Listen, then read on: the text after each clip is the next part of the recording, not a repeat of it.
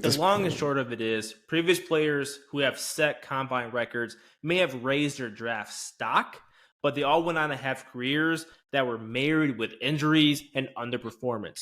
So, what does it all mean for Xavier Worthy? Is he going to have an underperforming career or constantly struggle with injuries?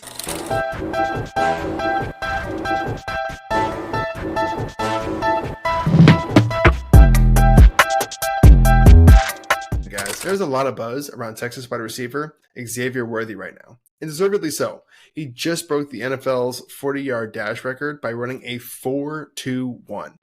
But is that actually a good thing?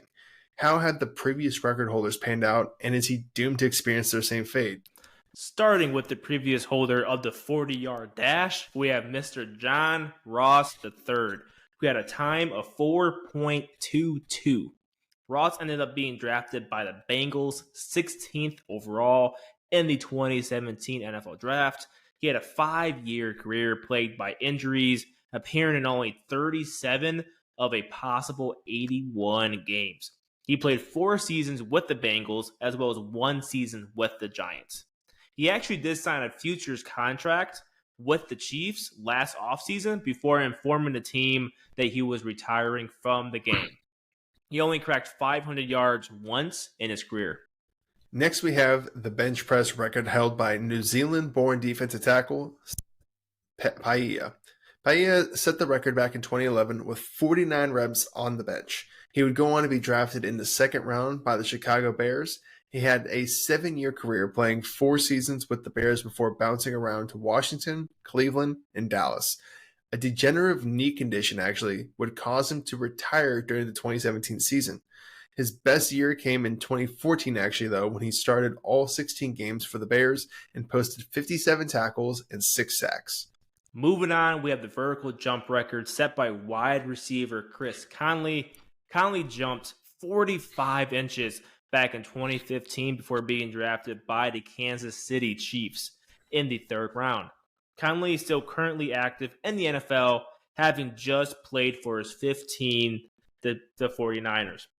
Conley broke through the 500-yard barrier twice in his career, once with the Chiefs and again in his first season with the Jaguars, but he has never had a 1,000-yard season or had more than 50 catches in a year. The last major record we'll talk about is the broad jump. The combine and world record was set by corner Byron Jones during the 2015 combine, where he jumped 12 feet 3 inches. Jones was drafted 27th overall by the Dallas Cowboys after his performance. He played 7 seasons with the Cowboys and Dolphins before sitting out the 2022 season due to injuries. He had a solid career before retiring last offseason, saying, "Today I can't run or jump because of my injury sustained playing this game."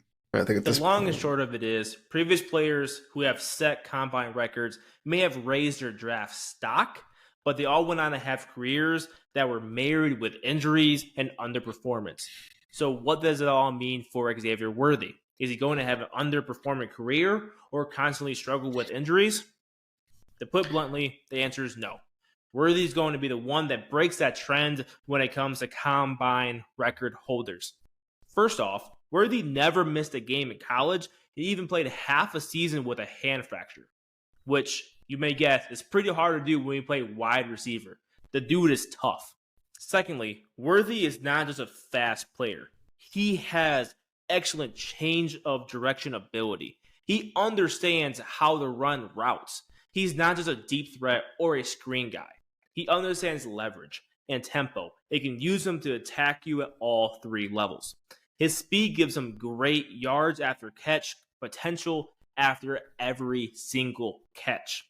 He can take a screen to the house whenever he really wants to, so you better not give him that sideline, because if he sees the open field and sideline, he is gone.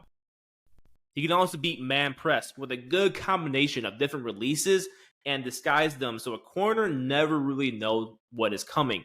If a corner guesses, he's going to guess wrong, and Worthy will be gone. As an added bonus, he's a damn good return man.